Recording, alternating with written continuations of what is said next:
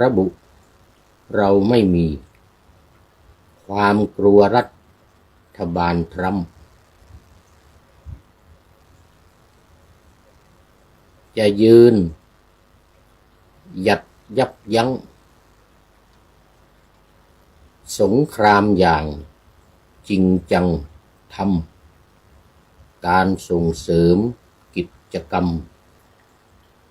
สันติภาพอยู่ต่อไปไม่กลัวที่จะเป่าประกาศกล้าวคำสอนใหญ่ของพระเจ้าต่อไปแม้จะตายเราก็ยอมขอถวายความนอบน้อมแด่พระรัตนตรัยมีพระพุทธเจ้าเป็นต้นขอถวายความเคารพพระมหาเถระพระเถรานุเถระเจ้าคณะพระสังฆาธิการทั่วโลกมีพระเดชพระคุณพระธรรมเสนาบดีเจ้าคณะภาค7วัดพระธาตุดอยสุเทพเป็นต้นและขออำนวยพรแด่ท่านผู้ฟังท่านผู้ชมสาธุชนพุทธบริษัททั้งหลาย วันนี้รายการพระไตรปิฎกลอยฟ้าก็ลอยมาจากวัดพระธาตุดอยสุเทพผ่านทาง Facebook ไลฟ์สวัยเทพบุญเหมือนเดิมอันดับแรกนี่ขอ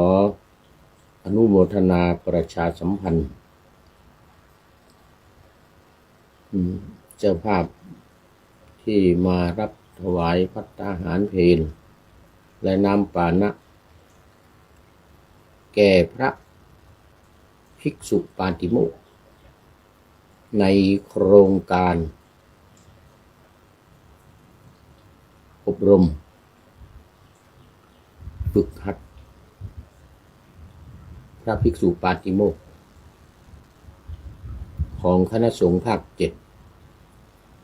รุ่นที่ 1/2569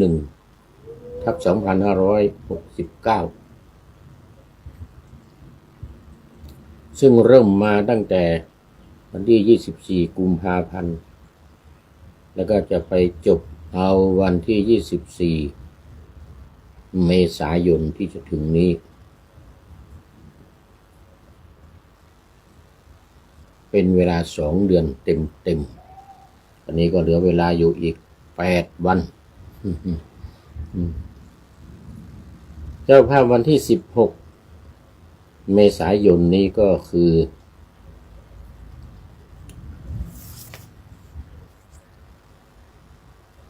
1คุณประหยัดคุณประพิมพรคุณสรารัตน์เหมือนมากพร้อมครอบครัว2คุณวิไลวรรณสนอสวัสดิกุลพร้อมครอบครัวอันนี้เจ้าภาพน้ำปานเจ้าภาพภัตตาหารส่วนน้ำปานะประกอบด้วย1คุณวิไลวรรณก็ขอให้คุณวิไลลักษณ์คำเมืองและคุณสิริกัญญาก้านแก้ว2 ท่านเป็นเจ้าภาพน้ำปานะขออนุโมทนาในกุศลและเจตนาขอให้ได้รับความสุขความเจริญรุ่งเรืองในหน้าที่การงานในพระพุทธศาสนาแม้นมีความมุ่งมั่นปรารถนาสิ่งใดอันเป็นไปโดยชอบประกอบด้วยธรรมก็ขอให้พลันสำเร็จในที่ทุกสถานในการทุกเมื่อแล้วก็ขอประชาสัมพันธ์ต่อสำหรับญาติโยมที่จะ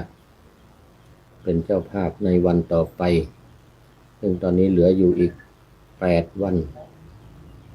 ขอติดต่อมาที่ท่านอาจารย์พระมหาสกลวิโรจนกิตติปรริญญา9ประโยคเลขานุการเจ้าคณะภาค7ประธานโครงการอบรม ภิกษุปาติโมกข์นะหมายเลขโทรศัพท์0918599053 0918599053และอีกเบอร์หนึ่งของท่านอาจารย์พระมหากิตติพงษ์ฐานกโรวัดพระธาตุสีจอมทองเรียนธรรม9 ประโยคสวดเก่งเหมือนกันหมายเลข0949101043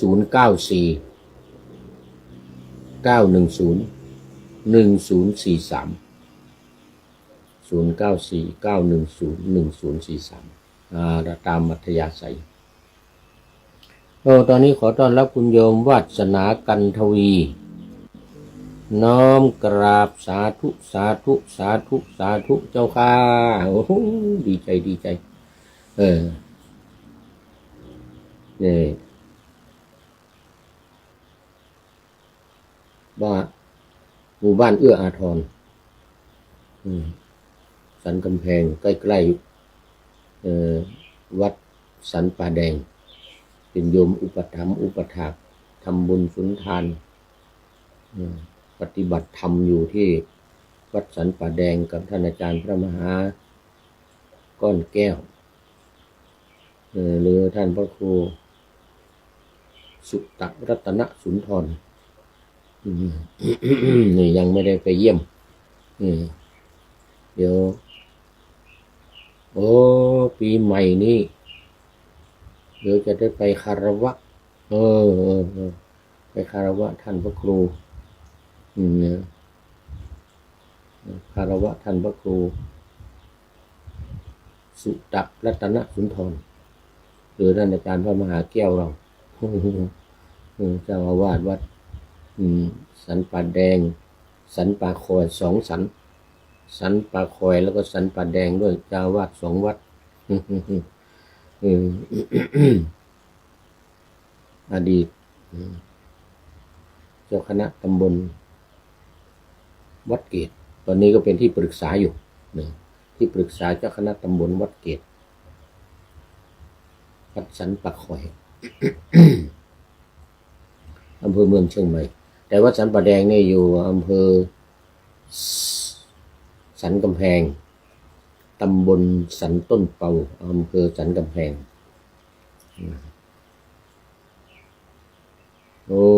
หลังปีใหม่เดี๋ยวไปเยี่ยมไปนมัสการไปคารวะดำหัวโอเคนี่ปีใหม่เมือง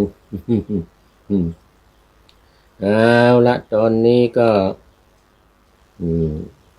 เข้ามาสู่เนื้อหาสาระของธรรมะในรายการพระไตรปิฎกลอยฟ้าวันนี้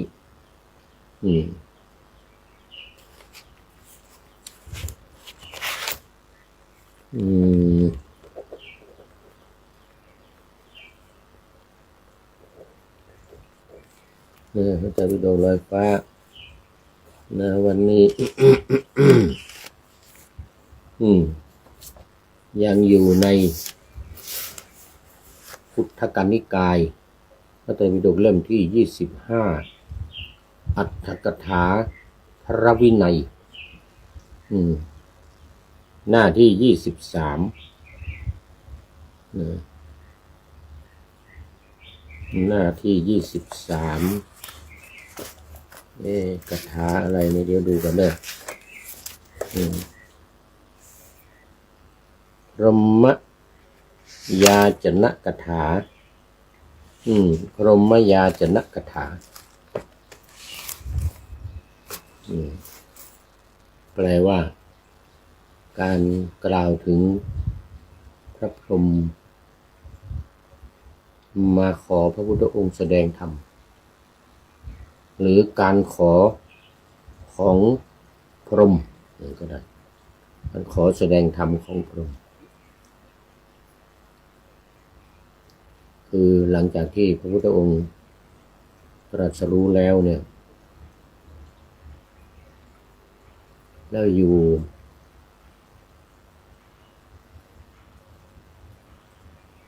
พิจารณา เขาเรียกว่าเสวยวิมุตติสุขอยู่ใต้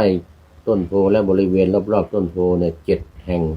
แห่งละ7 วันรวม49 วันเนี่ยเสร็จเรียบร้อยพรหมก็มาอาราธนาพระพุทธองค์แสดงธรรมสาเหตุก็คือว่าพระพุทธองค์ทรงดำริในใจนะดำริในใจท้อแท้ใจว่าธรรมะที่เราตรัสรู้มาเนี่ยขนาดเราเองพิจารณาอยู่49 วันเนี่ยมันเป็นธรรมะที่ยากมันยากมากคนที่จะฟังคนที่จะติดตามจะเข้าใจนี่จะเข้าใจได้ยากไม่อยากจะแสดงเนี่ยเพราะมันเป็นการยากที่จะให้คนรู้และคนเข้าใจปฏิบัติตามได้เหมือนกันนะตอนนี้ขอต้อนรับท่านอาจารย์สมภารรัมมนาอาจารย์สมภารรัมมนาสาธุสาธุโมทนาขอบคุณมาก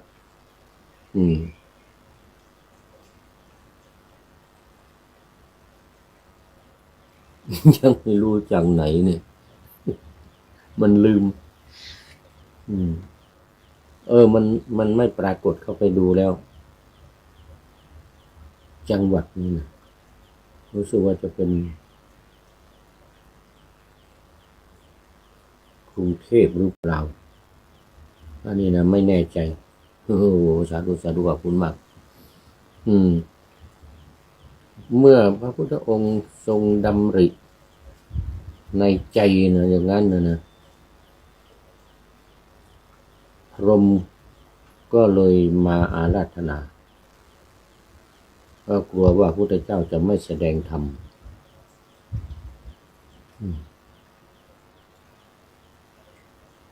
ที่เรากล่าวคำอาราธนาธรรมกันทุกวันเนี่ยพรหมาจโรกาธิปติสหัมปติกัตอัญชลีอันทิวรังอาญาจถะเนี่ยอาญาจถะก็อาญาจนะเนี่ยอาญาจถะเนี่ยอาญาจนะตัวนี้แหละอันเดียวกัน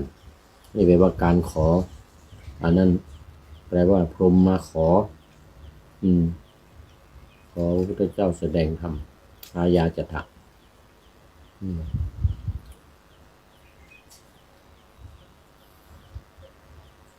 ว่ายังไงว่าขอพระองค์แสดงธรรมคนที่มีธุลีในตาน้อยจะเสียประโยชน์ว่างั้นจะไม่ได้บรรลุเขามีจำนวนมากที่บำเพ็ญบารมีมามากมายแล้วมีกิเลสเนี่ยอยู่ในตาน้อยแล้วพอได้ฟังธรรมนิดเดียวก็จะบรรลุธรรมแล้วก็ไล่แล้วว่างั้นฮะมีไม่น้อยว่างั้นนะคนที่มีธุลีในตาหรือกิเลสในใจน้อยเนี่ยก็มีอยู่ว่างั้นนะดังนั้นขอพระองค์ทรงโปรดเมตตาโปรดบุคคลเหล่านี้ผู้ที่จะเสียประโยชน์ไปเนี่ยถ้าพระพุทธองค์ไม่แสดงเนี่ยนะรอไปจนพระพุทธเจ้าอีกองค์หนึ่งมาตรัสรู้นี่นะอีก1 พุทธันดรนี่นะสงสารหมู่นี่ว่างั้นนะผมว่าเนี่ยผมว่าสงสารหมู่เนี่ยเขาก็จะต้องรอไปอีกปฏิบัติธรรมบำเพ็ญบารมีไปอีกจนอีกพระพุทธเจ้าอีกองค์หนึ่งจะมาตรัสรู้โน่นศรีอริยเมตไตรโน่นอะไรว่างั้นนะศรีอริยเมตไตรจะมาก็คนอายุลงไป10 ขวบแล้วขึ้นไป120,000 ปีแล้วลดลงมาอีกถึง80,000 ปีนั่นแหละจึงจะตรัสรู้ว่างั้นนะในช่วงนั้นนะอายุไขของคน80,000 ปีนั่นนะจึง จึงจะได้ตรัสรู้แล้วมันจะนานขนาดไหนคนที่มีธุลีในตาน้อยหรือมีกิเลสในใจนี่เหลือน้อยแล้วเนี่ยก็จะเสียผลประโยชน์ไปดีไม่ดีก็จะกลายเป็นคนไม่ดีไปอีกอาจจะเป็นได้เหมือนกันหรือไม่กลายไม่เปลี่ยนแปลงก็เขาก็ต้องรอพระพุทธเจ้าอีกองค์หนึ่งมาแสดงธรรมให้ฟังจึงจะบรรลุดังนั้นก็ขอพระองค์โปรดเมตตาหมู่สัตว์เหล่านี้เถอะว่างั้นบางคนนี่ฟังแป๊บเดียวก็บรรลุแล้วก็มีธุลีในตาน้อยอย่างว่ามีกิเลสเบาบางบางคนก็ปฏิบัติแล้วปฏิบัติอีกเกือบตายอย่างพระอานนท์เกือบตายหมดอะไรตายอย่างว่ามันทำมาทั้งคืนยืนเดินนั่งนอนโอ้ไม่หลับไม่นอนจนใกล้จะสว่างยามสุดท้ายแล้วยามที่3นะใกล้จะ6 โมงเช้าแล้วไม่ไหวแล้วไม่เอาแล้วเว้ย ไม่ได้แล้วว่างั้นไม่บรรลุแล้วนอนดีกว่าว่านะพอเอนหลังลงไปเงี้ยประมาณเหลือ45 องศาจะถึงพื้นนะบรรลุเป็นพระพุทธเจ้าแล้วเป็นพระอรหันต์บรรลุเป็นพระอรหันต์พระอานนท์นี่นะเนื่องจากว่ามันปล่อยจิตเนี่ยปล่อยวางจิตก็ว่างอยู่ที่เนี่ยไม่เอาอะไรแล้วปล่อยวางบรรลุเลยพอปล่อยจิตระยะที่ปฏิบัติมาเนี่ยเกือบ11 ชั่วโมงมาแล้วเนี่ยมันไม่ปล่อยวางไงมันมุ่งหวังมันอยากจะบรรลุอยากจะบรรลุนี่นะโยมวัสนาพระอานนท์นี่นะอยากจะบรรลุเลยนะโอ้มันก็ไม่ได้บรรลุเพราะมันเครียดนะมันเครียดแล้วก็มันยึดแต่มันมุ่งมันอยากจะบรรลุอย่างนี้พอปล่อยจิตหมดอะไรแล้วมันไม่เอาแล้วมันเนี่ยจิตมันก็ว่างจิตก็ว่างโอ้โหมันลุกเลยทีนี้มันรู้เป็นพระอรหันต์นี่อีกคนหนึ่งขอพุทธองค์แสดงเถอะขอพุทธองค์แสดงพุทธองค์ตรัสว่าเห็นสักว่าเห็นได้ยินสักว่าได้ยินบรรลุแล้ว2 ประโยคเนี่ยบรรลุแล้วเพราะบารมีมันมาเต็มที่แล้วไงโอ้มาเต็มที่แล้วขอแสดงทำให้ฟังเถอะเหมือนกันนะน้อยเดียวบรรลุเป็นพระอรหันต์เลยทาลุจิริยะพาหิยะชื่อพาหิยะทาลุจิริยะชื่อเดิมก็พาหิยะนั่นแหละทาลุจิริยะนี่เพิ่มมาทีหลังทาลุแปลว่าไม้จิริยะนี่แปลว่าประพฤติหรือแสวงหาพุทธเจ้าตรัสว่าโอ้ไปหาบริขารมาจะไปหาไม้มาทำเป็นบาตรแต่พอออกไปกลางถนนวัวขวิด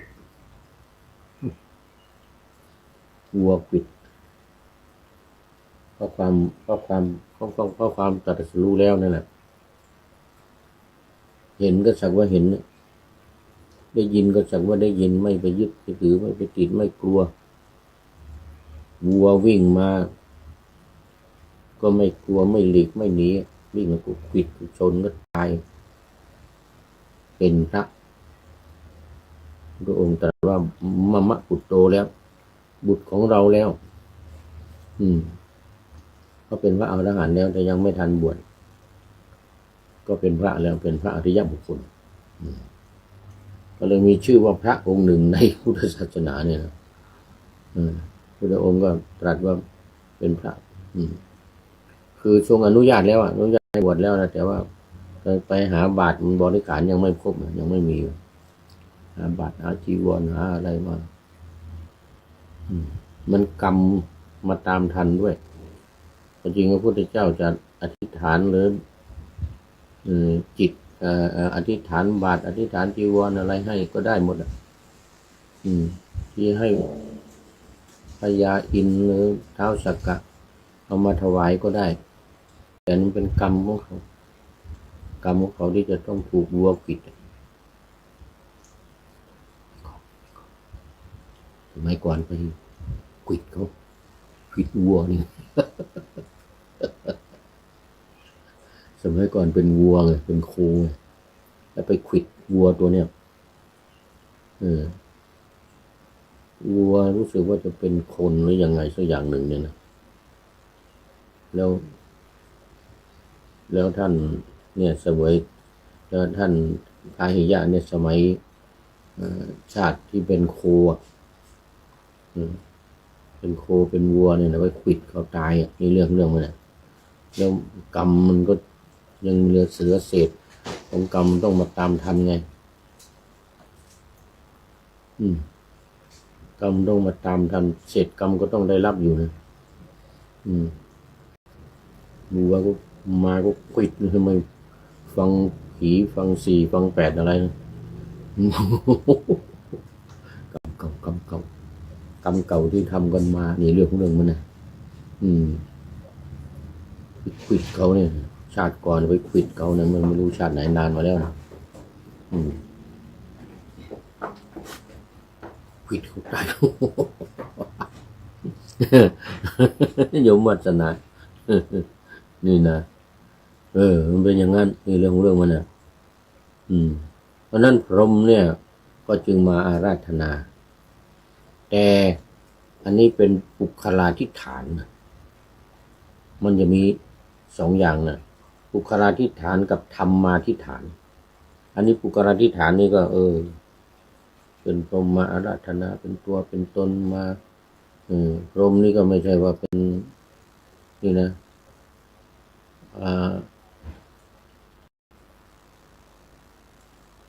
มาอาราธนาพระพุทธเจ้านี่นะ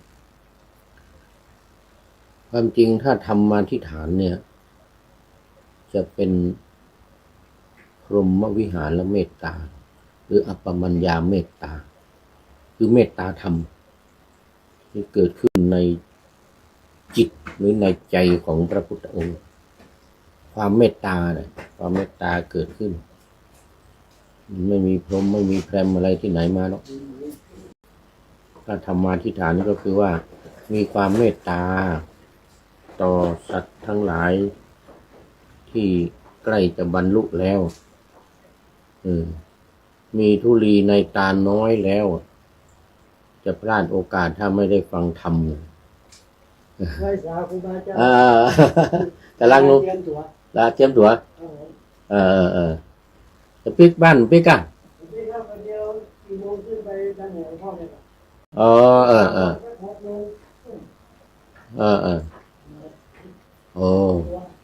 อ้นี่เกือบลืมนี่เดี๋ยวบ่าย4 โมงนี่ต้องขึ้นไปวิหารดำหัวหลวงพ่อและญาติโยมก็จะดำหัวพระพระก็ส่งน้ำพระพุทธรูปพวกเรานี่นะส่งน้ำพุทธรูปหลวงพ่อด้วยเสร็จแล้วพวกเราพระสงฆ์องค์เนรทุกรูปนี่ก็ส่งน้ำพระเดชพระคุณหลวงพ่อเจ้าอาวาส แล้วญาติโยมผสมน้ำกับพระและสามเณรทุกรูปพอส่งน้ำพระพุทธรูปเสร็จเรียบร้อยแล้วส่งน้ำพระเดชพระคุณหลวงพ่อเรียบร้อยแล้วก็มานั่งเป็นแถวญาติโยมก็มาลดน้ำดำหัวขอขมาปีใหม่โอ้นี่เกือบลืมแล้วนี่เดี๋ยวจะต้องขึ้นวิหารนี่นี่นะหมายถึงความเมตตาคือพรหมหมายถึงพรหมวิหารพรหมก็คือพรหมที่พระองค์ตรัสว่าพรหมนี่คือพรหมสี่หน้าเนี่ยไอ้ที่เป็นเราเห็นสี่หน้านั้นมันก็เป็นปุคลาธิฐานนะพระธรรมาธิฐานก็หมายถึงว่าเมตตากรุณามุทิตาอุเบกขานี่เลยคือพรหมวิหารสี่เรียกอีกอย่างหนึ่งว่าอัปปมัญญาธรรมอัปปมัญญาแปลว่าหาที่สิ้นสุดไม่ได้เพราะฉะนั้นความรักสองอย่างนี้เกิดขึ้นในใจของพระองค์โดยเฉพาะก็เป็นอัปปมัญญาธรรม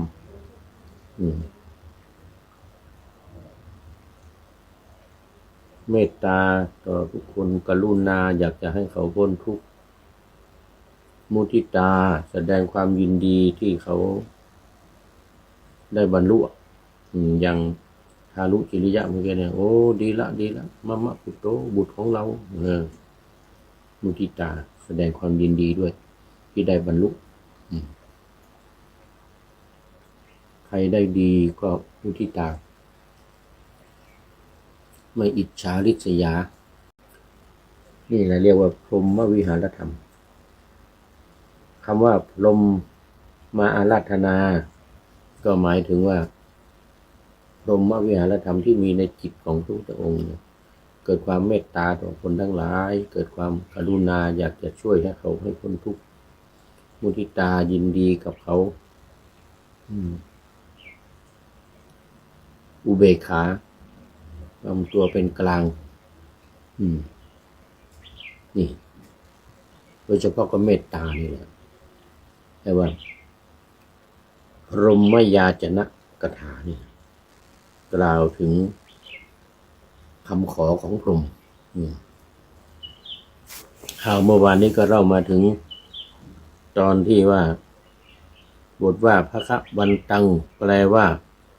แก่พระผู้มีพระภาคแต่คนจริงตังนี่แปลว่าซึ่งนะแต่ถ้าเขาแปลหักเขาเรียกว่าแปลหักทุติยาเป็น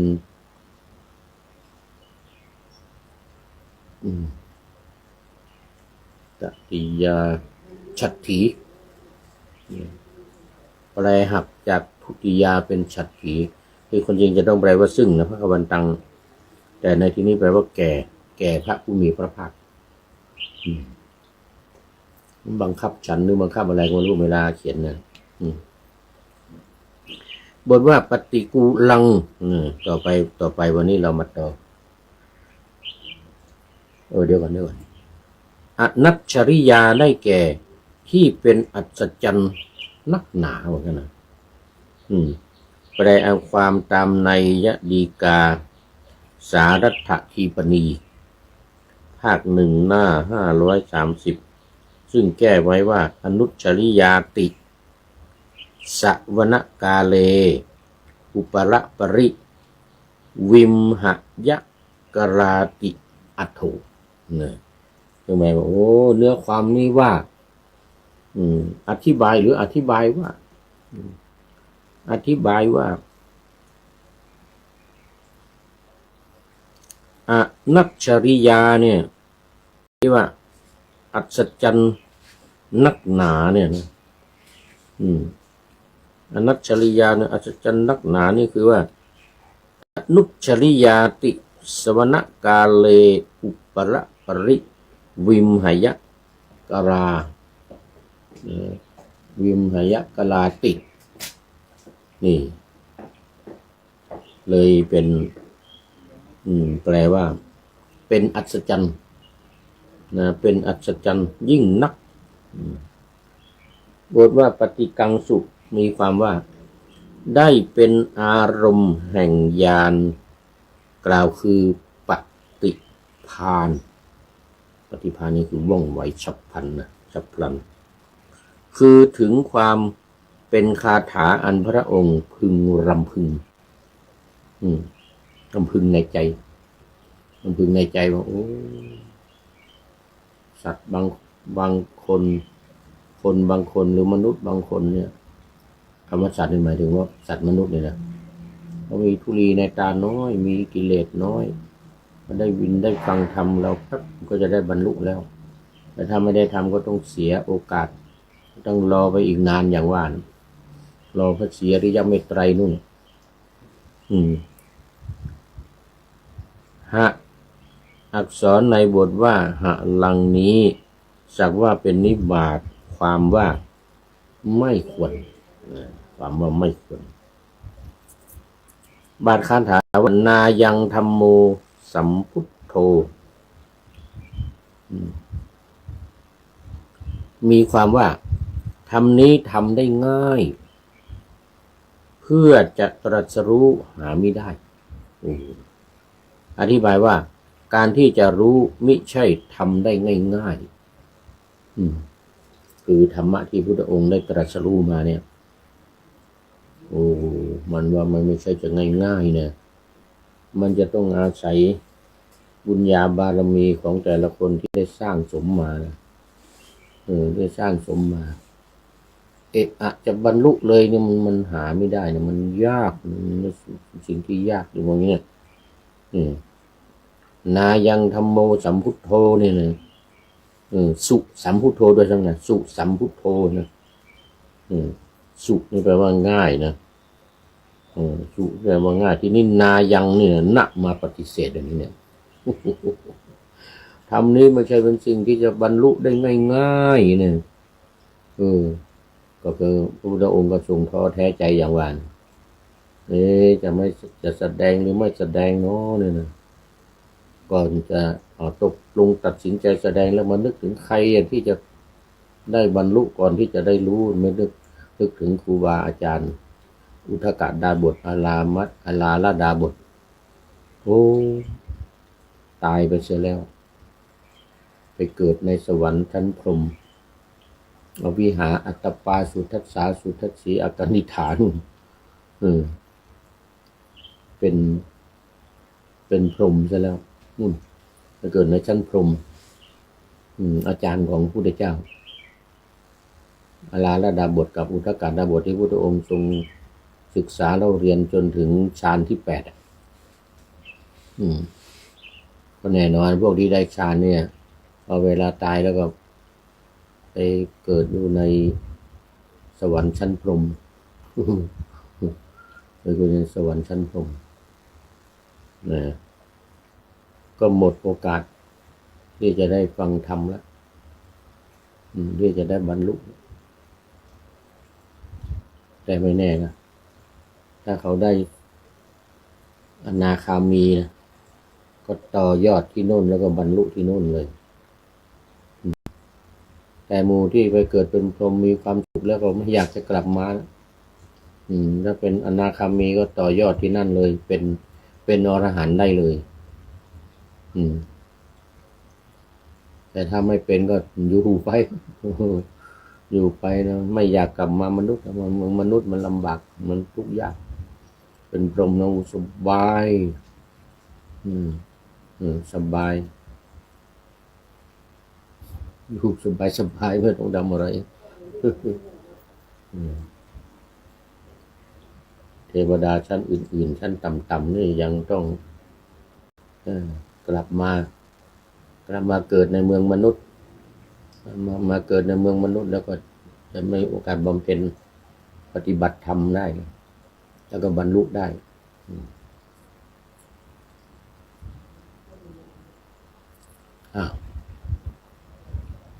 ดังนั้นนายังธัมโมสุสัมพุทโธธรรมนี้ทำไม่ได้ง่ายเพื่อจะตรัสรู้ธรรมนี้ทำได้ง่ายๆเพื่อจะตรัสรู้หามิได้ ธรรมที่จะตรัสรู้หาไม่ได้อธิบายว่าการที่จะรู้มิใช่ทำได้ง่ายๆนะดูต่อไป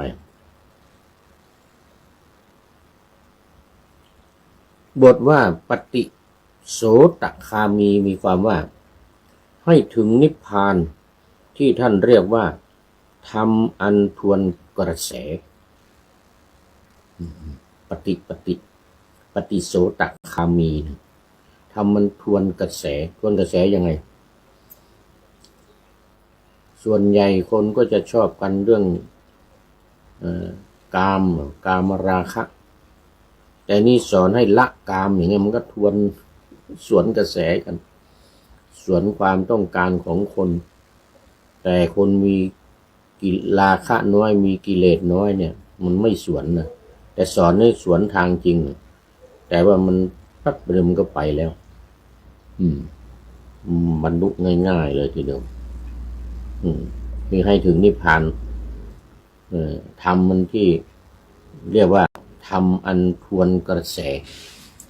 สของพระนิพพานมีราคะเป็นต้นพระนิพพานคือไม่มีราคะไม่มีความใคร่มันจึงเป็นธรรมะที่ทวนกระแสคนทั้งหลายจึงอยู่ในกระแสของธรรมที่มันทวนกระแสของนิพพานนะมันจึงไปนิพพานไม่ได้ยากเป็นสิ่งที่ยากปฏิบัติยากนะบทว่าราครัตตามีความว่าสัตว์ทั้งหลายผู้อันเครื่องย้อมคือกามเครื่องย้อมคือภพและเครื่องย้อมคือทิฏฐิย้อมใจแล้วก็คือว่ากามภพกามตัณหาเนี่ยภพก็ภวตัณหาทิฏฐิก็คือ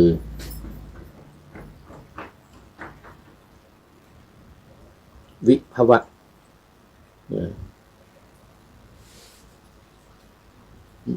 ไม่อยู่ในภพไม่อยากอยู่ในภพแล้วก็มีเครื่องย้อมมันเป็นเครื่องย้อมเขาเรียกว่ามันเป็นทิฏฐิความเห็นผิดเป็นมิจฉาทิฏฐิย้อมใจอยู่อย่างนั้นหลงไหลไฟฝันอยู่อย่างนั้นนั้นสัตว์ทั้งหลายที่มีเครื่องย้อมคือกามเครื่องย้อมคือภพเครื่องย้อมคือทิฏฐิเนี่ยย่อมจะออกจากหลุมทั้งสามนี้ได้ยากไอ้ที่ว่าที่พระพุทธองค์ทรงท้อแท้ไม่อยากจะแสดงไอ้ที่ว่ามันยากเนี่ยเพราะมันทวนกระแสอย่างเงี้ยกามภพกามภพทิฏฐิภพนี่ก็คือที่อยู่อาศัยตำแหน่งแห่งหนทั้งหลายนี่แหละยังหลงกันอยู่ยังติดกันอยู่เป็นตำแหน่งนั่นตำแหน่งนี้ได้รับการยกย่องเคารพนับถือว่าโอ้นี่อยู่ตำแหน่งสูงนี่โอ้ดีใจเบิกบานใจยิ่งเป็นเจ้าคุณชั้นสามัญไม่พอนะเป็นชั้นราชชั้นเทพชั้นธรรมชั้นพรหม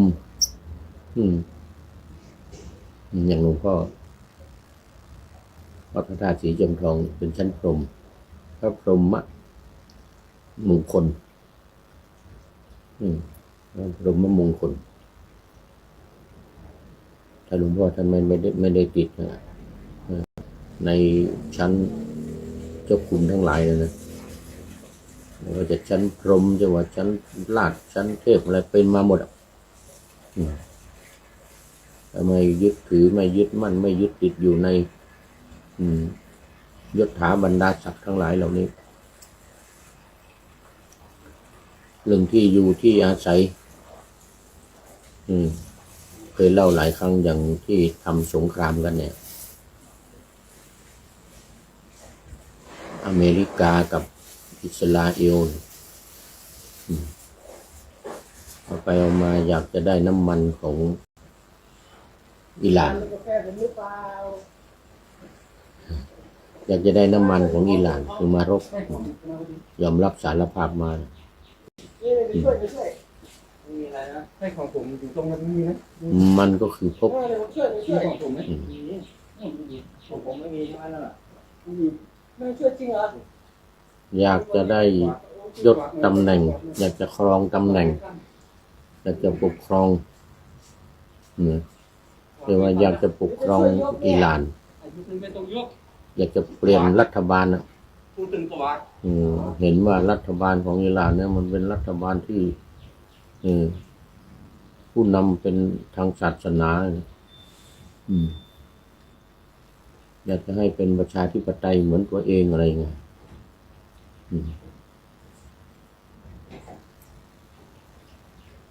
ก็อยากจะเปลี่ยนระบบการปกครองไอ้ระบบการปกครองนี่ก็คือภพเหมือนกันดังนั้นเขาประกอบด้วยทิฏฐิด้วยความเห็นของเขาเป็นอย่างนั้นแล้วก็เรียกทิฏฐิตัวนี้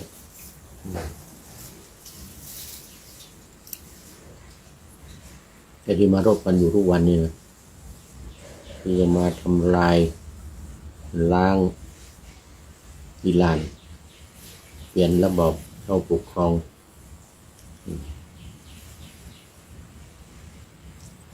ก็คือพบเรื่องพบนี่เองนี่แหละมันเป็นเรื่องยากอย่างนี้เรียกว่าราครัตตาสัตว์ทั้งหลายผู้เป็นเครื่องย้อมนี่คือกามเครื่องย้อมคือภพเครื่องย้อมคือทิฏฐิย้อมใจอยู่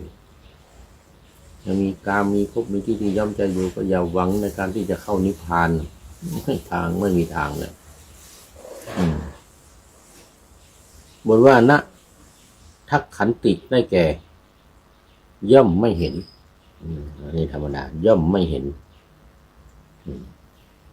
ทักขันติย่อมไม่เห็นสองบทว่าตโมกขันเทนะอาวุตามีความว่าผู้อันกองแห่งอวิชชาปกคลุมไว้แล้วจิตที่มีอวิชชาควบคุมปกครองอยู่ปกคลุมอยู่เป็นเรื่องยากเป็นข้อสุดท้ายของเราเรียกกันว่า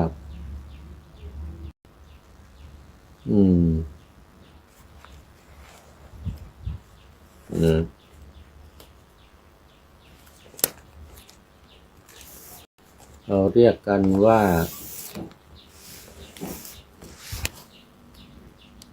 สังโยชน์10การตั้งแต่สกายทิฏฐิวิจิกิจฉาศีลพัตตปรมาสกามราคะปฏิฆะรูปราคะอรูปราคะมานะอุทธัจจะและอวิชชาอยู่สุดท้ายข้อที่10นู่นไม่มีอวิชชาปกคลุมอยู่เลยอวิชชาคืออะไรความไม่รู้ในตัวนี้เนี่ยทำยังไงให้มันเป็นความรู้ให้มันเป็นวิชาก็ต้องปฏิบัติธรรมเนี่ยฝึกอบรมจิตปฏิบัติทำสมาธิรักษาศีลทำปัญญาให้เกิดขึ้นปัญญาศีลสมาธิหรือศีลสมาธิปัญญานี่กระบวนการนี้จะดับอวิชชาได้ดับอวิชชาได้เมื่อไหร่ก็เมื่อนั้นดับอวิชชาได้เมื่อไหร่ก็เมื่อนั้นเป็นพระอรหันต์แต่ตราบใดนี่อย่างนี้ผู้อันกองแห่งอวิชชาปกคลุมอยู่ปกคลุมไว้อยู่อย่างนี้ก็ไม่มีทางจะแสดงทำยังไงให้ฟังคงไม่ได้บรรลุหรือบรรลุก็บรรลุน้อยๆโสดาบันสกทาคามีอย่างนี้จะเป็นอรหันต์นี่โอ้ยากจริงว่าท ที่พุทธองค์ที่จะสอนเนี่ยมันเป็นสิ่งที่ยากอย่างนี้นี่ลงเรื่องมันเพราะไอ้ทำเนี่ยมันไม่ใช่ยากหรอกแต่ใจคนน่ะใจคนที่จะรู้ที่จะบรรลุเนี่ยมันมีอวิชชาห่อหุ้มอยู่อวิชชาห่อหุ้มอยู่ไอ้ที่ว่ามีธุลีในตาน้อยนั่นก็หมายถึงว่าอวิชชานี่มันไม่ห่อหุ้มมันมีก็มีน้อยก็แป๊บก็หลุดไปเลยได้กลายเป็นวิชชากลายเป็นวิชชาบทว่าอัปโปสุกตายะมีความว่าเพื่อความเป็นผู้ไม่ประสงค์จะแสดงเพราะข้าที่เป็นผู้ปราศจากความขวนขวายคือพระองค์ทรงไม่อยากจะแสดงไม่อยากจะขวนขวายในการที่จะช่วยเหลือคนอื่นมีความประสงค์ที่จะไม่แสดงก็ตอนที่พระพุทธองค์ก่อนที่พรหมจะมาอาราธนาเนี่ยนะคิดท้อแท้ใจไม่อยากจะแสดงไม่มีความประสงค์จะแสดงมันเป็นเรื่องยากขนาดเราพิจารณาเราบรรลุมาแล้วพิจารณาอยู่49วันเนี่ยโอ้มันไม่ใช่ของง่ายๆนะนี่เรื่องของเรื่องมันนะมันเป็นของยากมันจึงเป็นสิ่งที่เรียกว่าไม่อยากจะขวนขวายไม่อยากจะสอนไม่อยากจะแสดงไม่อยากจะสอนไม่อยากจะแสดงในเรื่องของเรื่องมันแต่ก็ยังมีพรหมวิหารธรรมอยู่ในใจคิดขึ้นมาว่าเราจะต้องช่วยเหลือเขานะมีความเมตตามีความกรุณาอยากจะให้เขาได้พ้นจากความทุกข์ให้เขาได้พ้นจากความทุกข์นี่แหละคือพูดถึง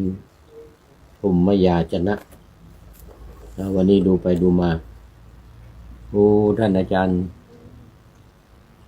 สมภารรัมมนาเป็นท่านสุดท้ายเข้ามาในรายการวันนี้หมดเวลาพอดีเข้าสู่เส้นชัยของรายการโมทนาเป็นอย่างยิ่งวันนี้เอาไว้แค่นี้ก่อนยังอยู่ในพรหมยาจนะกถาคำขอของพรหมแล้วเอาไว้แค่นี้ก่อนอันนี้ก็มาดูข้อคิดท้ายรายการวันนี้นิดหน่อยได้จากไหนเนาะในวันนี้ดีชี้ข่าวดังดีชี้ข่าวดังชี้ข่าวมาแล้วก็พระยาเทพก็เป็นผู้ประพันธ์นะพระยาเทพเป็นผู้ประพันธ์เรื่องพระสันตะปาปาโป๊ปของโรมันแคทอลิกของศาสนาคริสต์นิกายโรมันแคทอลิกเขามี2นิกายนะแคทอลิกกับโปรเตสแตนต์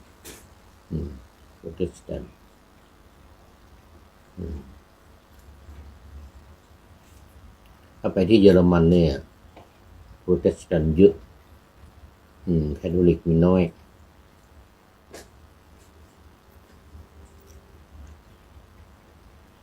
เขาก็มีหลายนิกายนะเหมือนศาสนาพุทธเรานี่แหละอันนี้สันตะปาปาเลโอสันตะปาปาเลโอที่14องค์ที่14แล้วสันตะปาปาองค์ที่1ที่2ที่3ที่4มาจนถึงองค์ที่44ปัจจุบันเนี่ยนะที่4ปัจจุบันเนี่ยก็มีข้อความว่าดวนพระสันตะปาเลโอที่4นะปาเลโอที่14ขออภัยปาเลโอที่14ระบุเราไม่มีความกลัวรั ฐบาลทรัมป์จะยืนหยัดยับยั้งสงครามอย่างจริงจังท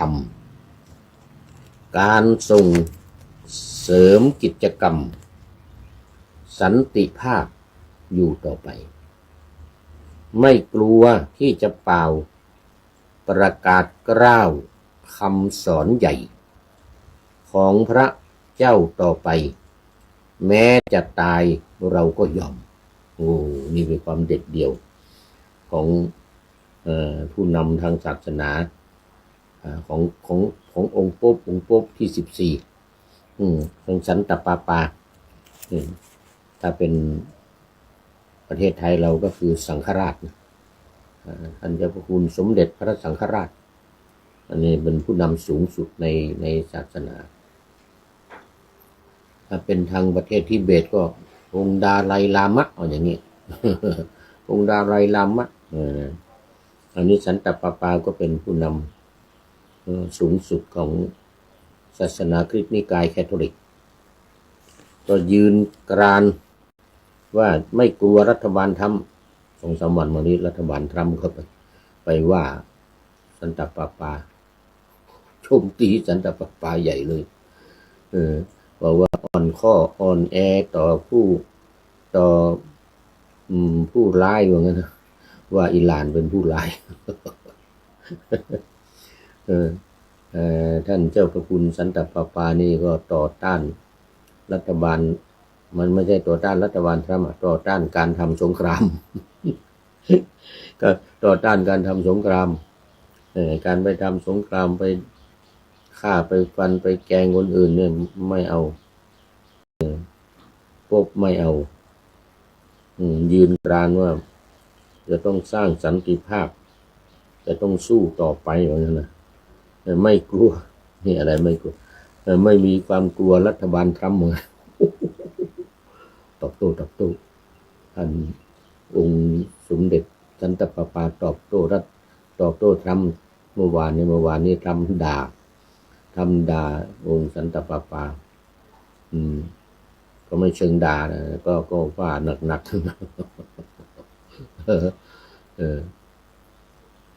ไม่ว่าหนักนะยังอ่านอีกรอบดวลพระสัน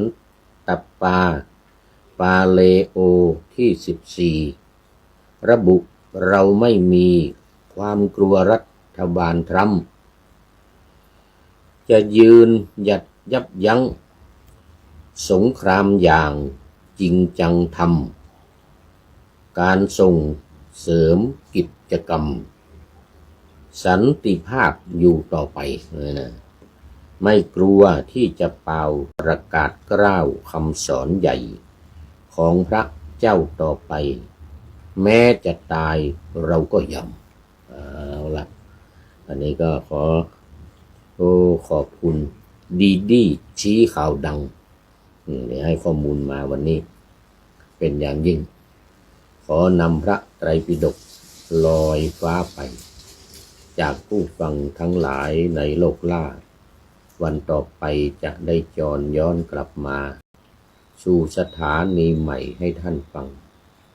อย่าลืมเปิดวิทยุหรือเครื่องรับโทรศัพท์โมบายคอมพิวเตอร์ผัง YouTube เฟซเพจไลน์ให้ดังเพื่อชมฟังรายการวันต่อไป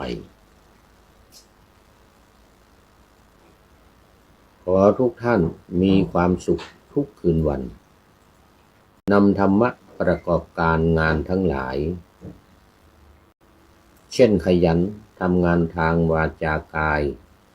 ใจขวนขวายกิจการงานนานาบำเพ็ญสาธารณประโยชน์เว้นสิ่งที่มีโทษโหดเยี่ยงสาประกอบแต่กรรมดีมีราคาแสวงหาเงินทองครองใจคนเสียสละพละทรัพย์นับมากน้อยไม่ให้ล้านก็ให้ร้อยไม่ด้อยผลเอื้อคนรวยช่วยคนยากฝากคนจนให้ทุกคนเท่ากันมาตรฐานเดียว